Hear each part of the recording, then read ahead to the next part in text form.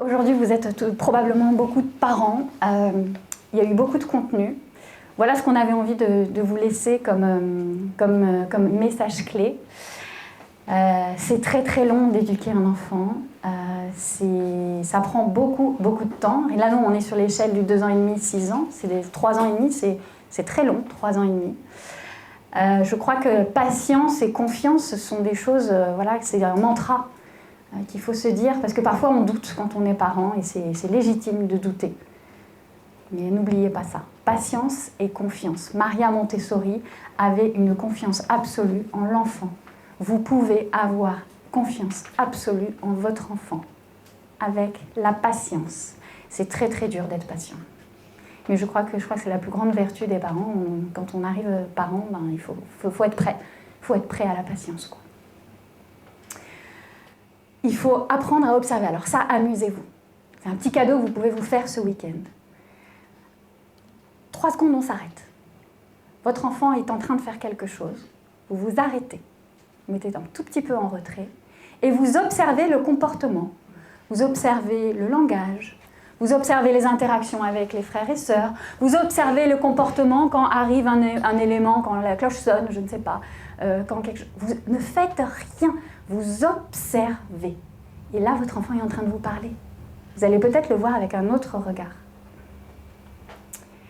Quand on lui parle, on essaye au maximum, on oublie les pourquoi. Alors nous, on a des cerveaux d'adultes et on va super vite dans nos connexions cérébrales.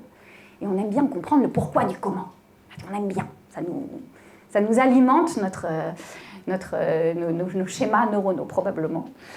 Mais en fait, l'enfant s'en fiche. Et puis en fait, on s'en fiche. Est-ce que moi, j'étais pareil au même âge? Est-ce que c'est parce qu'à la grossesse, à 6 mois de grossesse, j'ai fait ça? En fait, on s'en fiche. Maintenant, c'est là et maintenant. Le pourquoi, on s'en fiche. En revanche, on est dans le comment. Ok, donc cette difficulté, comment est-ce qu'elle se manifeste? Ce dessin, comment as-tu fait pour le faire? Pas pourquoi, on s'en fiche. J'ai dessiné un lézard avec un serpent. Pourquoi? On s'en fiche. Mais comment as-tu dessiné ton lézard avec ton serpent? C'est ça que l'enfant, il est dans l'instant présent, lui. Il n'est pas dans ces schémas de pourquoi. D'ailleurs, je ne sais pas si vous avez remarqué, si vous commencez une question par pourquoi, l'enfant ne sait pas répondre. C'est hyper dur. Ça, c'est une question d'adulte.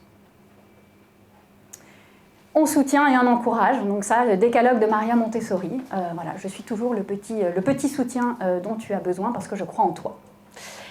Et enfin, le dernier message, mais peut-être le plus important, vous êtes totalement défaillant. Voilà. Et nous le sommes. Nous nous levons aux petits écoliers, nous nous levons défaillantes et nous nous acceptons défaillantes, mais nous nous questionnons. Et c'est par la défaillance que nous en parlons aux enfants. Et c'est ce qui nous permet aussi de nous ajuster, de nous questionner. Mais si vous êtes là, c'est que vous êtes déjà dans un processus de questionnement. Mais surtout, ne vous lynchez pas parce que vous avez dit en mode travers, vous n'avez pas fait la phrase positive, ou vous avez dit non, tu ne montes pas à la branche parce que j'ai trop peur.